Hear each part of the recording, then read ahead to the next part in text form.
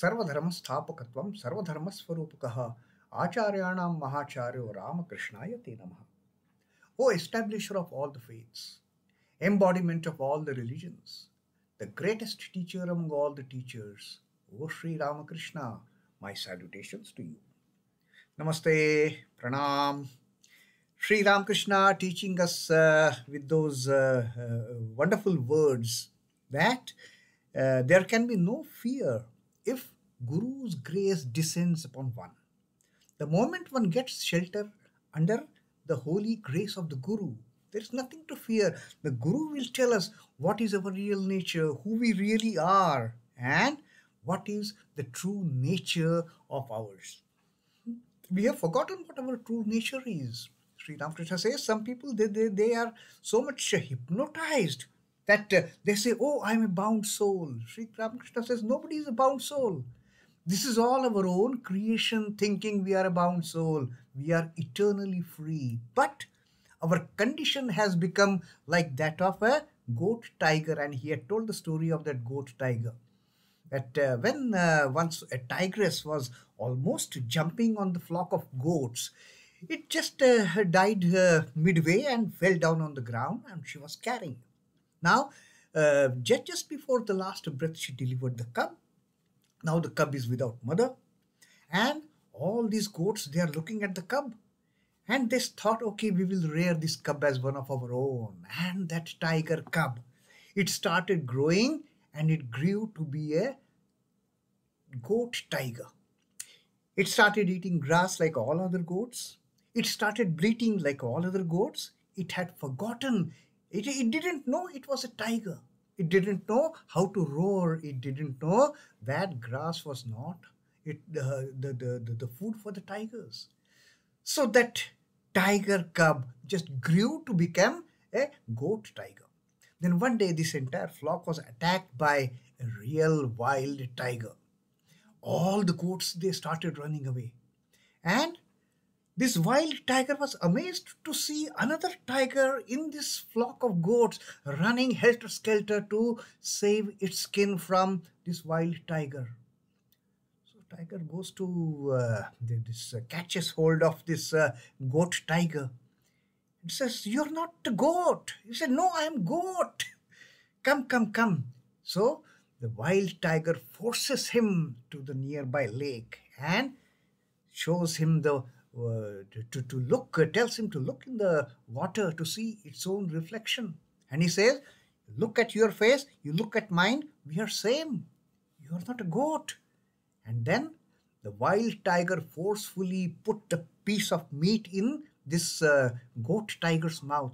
This goat tiger mouth, he could not swallow the piece of meat because it had never done it in its lifetime. And slowly it started testing that the test of the meat, and then he gulped it. Now he realized who I am, and all these years I have been thinking I am just part of one of these goats. I am like one of these goats, but no, I am a tiger. Now to have that realization, one needs a real competent guru like the wild tiger who opened the eyes of this goat tiger and told him, you are not a tiger. There is no difference between you and me. Who I look, the way I look, and the way you look, we are the same. So that's how Sri Ramakrishna says that once a Guru's grace descends, then we start knowing what is our true nature. And then we start laughing at ourselves. Oh my God, all these days I was feeling I am this body, I am this mind, I am this Panchakosha. No, I am the eternal Atman. I am the part of that Paramatman. And Sri Ramakrishna then says that this can happen even if this kind of spirituality dawns upon somebody by chance, even if by pretense. Even if by pretense one starts coming under the fold of spirituality, and then one starts feeling the real benefits of it. One starts feeling the real meaning of it. Then the spiritual learning, the spiritual enlightenment is no more a distant goal for that person. And then for that, Sri Ramakrishna is telling us another nice story. The story goes like this. One night, a fisherman went into the garden and cast his net into the lake in order to steal some fish from that lake. Fisherman, his earning depends on how much fish he collects. Now he couldn't collect any fish that day, so in the nearby estate there was a lake and there was a lot of fish in there. He knew it, so he said, "Okay, let me. It is night time. I will go and spread my net, and I will steal some fish from this net, from this lake, so that I can at least earn something for the day." Then the owner heard him when he was putting that net in the owner of this estate. He heard somebody is doing something in my lake. Now let me go and see what it is. The owner heard him and surrounded him with his servants. They brought lighted torches and began to search for him. So this fellow was cordoned. But it was dark night. Nobody could see actually who is doing there, who has put the net. But so they ran and brought torches to see who is this person. They brought lighted torches and began to search for him. In the meantime, the fisherman smeared his body with ashes and sat under a tree pretending to be a holy man. Now there was no other way out. He was about to be caught. Now how can I save myself? He saw that there was some ash on the ground. Someone must have burnt something. Some ash was there. He just took off his clothes. He smeared the ash on his body and he sat under the tree pretending to be a holy man. The owner and his men searched a great deal but could not find the thief. They could not find the thief. They only saw, oh, some holy man is sitting under the tree. I mean, he is all smeared with ash and meditating and chanting the name. So they could not find the thief. All they saw was a holy man covered with ashes meditating under a tree. The next day, the news spread in the neighborhood that a great sage was staying in the garden of this rich man, in the estate of this rich man. Some great saint, the great sage has come, the great rishi. And a whole lot of people started running to him, started flocking to him. That a great sage was staying in the garden. People gathered there and saluted him with the offerings of fruits, flowers, sweets. Now suddenly he had all those nice things for him. He could not catch any fish the other day, so he was starving, and suddenly he smeared the ashes and pretended to be a holy man meditating under the tree. And when people came to know, oh, such a great sage is there meditating under the tree, all of them, people gathered with the fruits, the flowers, the sweets, and a whole lot of things to be offered to this holy man. Many also offered silver and copper coins. So now there was nothing which was lacking for this man now, for this thief now. How strange, thought the fisherman. I am not a genuine holy man. Still people show such devotion to me. I shall certainly realize God if I become a true sadhu. Now there was kind of the enlightenment on the part of this fisherman. He said, I am not a holy man in real, but still how much respect these people are giving me. How these people are revering me just because I have smeared ashes on my body and I am pretending that I am meditating. Now suppose I really meditate upon God, that was the kind of unlocking that lock in his mind, that he had a thought that suppose I truly start meditating upon the name of the Lord, then I will certainly realize God. If by just pretending to meditate, I am getting all these worldly benefits, if I truly surrender myself to God, God will himself come to me and make me realize the ultimate truth. I shall certainly realize God if I become a true sadhu. There is no doubt about it. And then that is how that in the story, this fisherman transformed himself to become a sadhu. Although he was initially, he started doing it just to pretend, just to save himself from getting arrested by the landlord and his servants and being beaten up, that he was going to steal fish from their tank.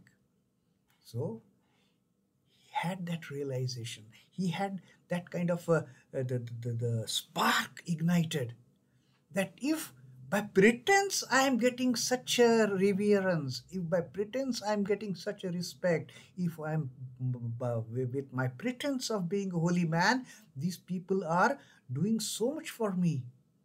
What will happen if I really become a sadhu? If I really give up all these worldly attachments, if I give up my habit of stealing and my habit of pretending, if I truly become a sadhu, then definitely I'm sure that I will get God, that I will attain God. So that was the transformation in that fisherman turned thief, turned pretense the sadhu, and he later became a real sadhu. So Sri Ramakrishna says that if a mere pretense of religious life can bring such spiritual awakening, you can imagine the effect if of real sadhana. Just imagine, by pretense you are getting those spiritual vibes. You are not a real sadhu, you are pretending, but still you have started getting those spiritual vibes. What if I become a real sadhu? Then just imagine, Sri Ramakrishna says, what will happen to you if you really start doing the sadhana? If you really start chanting the name, if you really start meditating upon your chosen ideal. In that state, you will surely realize what is real and what is unreal. And then again, Sri Ramakrishna says, God alone is real and the world is illusory. All this, these things that we are doing right now, they are all illusory.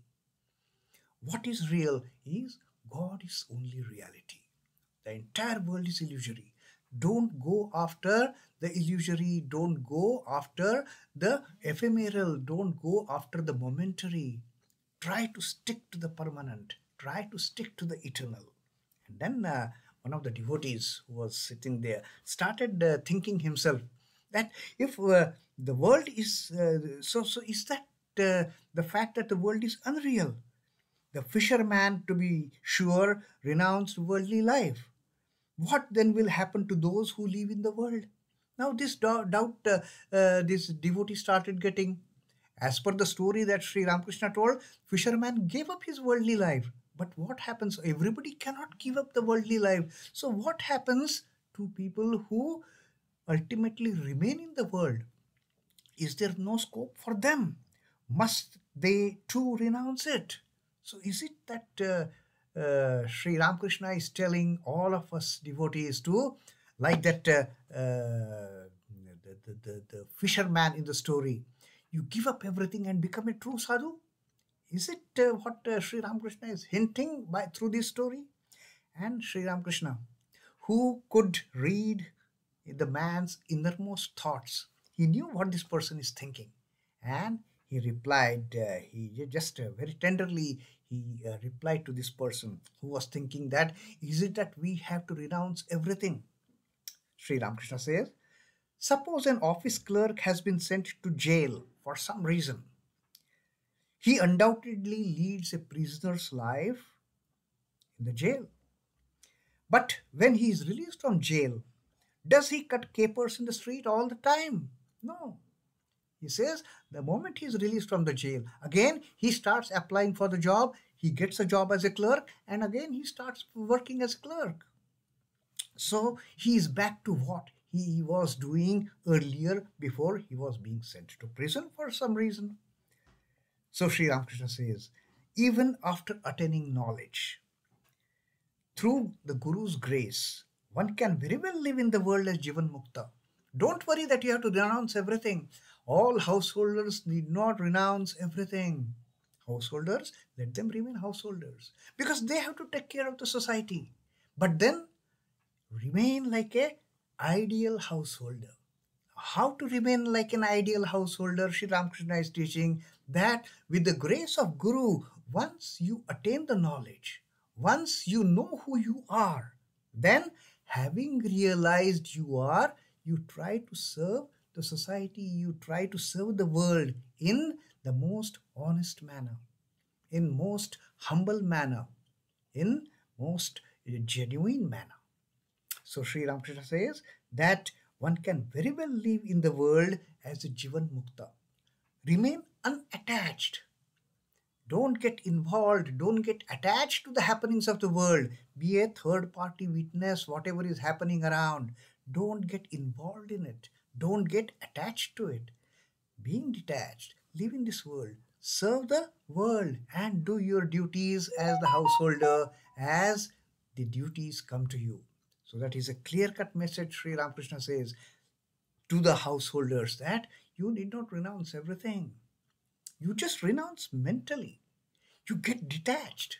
And then, holding on to God, you keep your worldly duties. You keep on doing your worldly duties like a person who is totally detached from the entanglements of the world. You become that person who is detached from the worldly attachments. So that is what Sri Ramakrishna is teaching today through this story, that even if by chance, even if you pretend to be spiritual, somehow that spirituality will get ignited.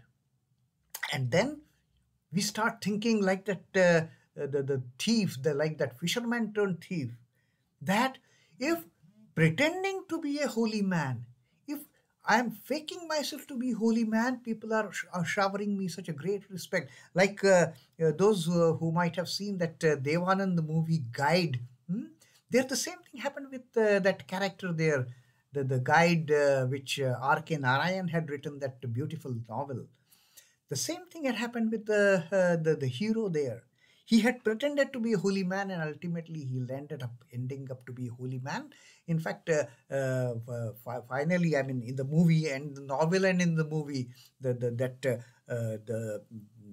burglar, I mean, the most dishonest man turned the holy man. In fact, gives up his life for the sake of the people who were thirsting, who were desperately looking for the rains. So this is what Sri Ramakrishna had spoken of hundreds of years before the guide, that even if one pretends, and if that be a mere pretense of religious life, it can bring spiritual awakening. And once one finds a real good guru, then there is nothing, no end to the growth, no end to the ultimate realization of that person, even if he starts his spiritual life on a pretense, pretending to be spiritual. So Sri Ramakrishna gives that great assurance that start your spiritual life and then remain in the world as householders with the detached mind. Om Namah Shri Bhagavate Ramakrishnaaya. Sri Ramakrishna Arpanamastu. Jai Thakur, Jai Ma, Jai Swamiji.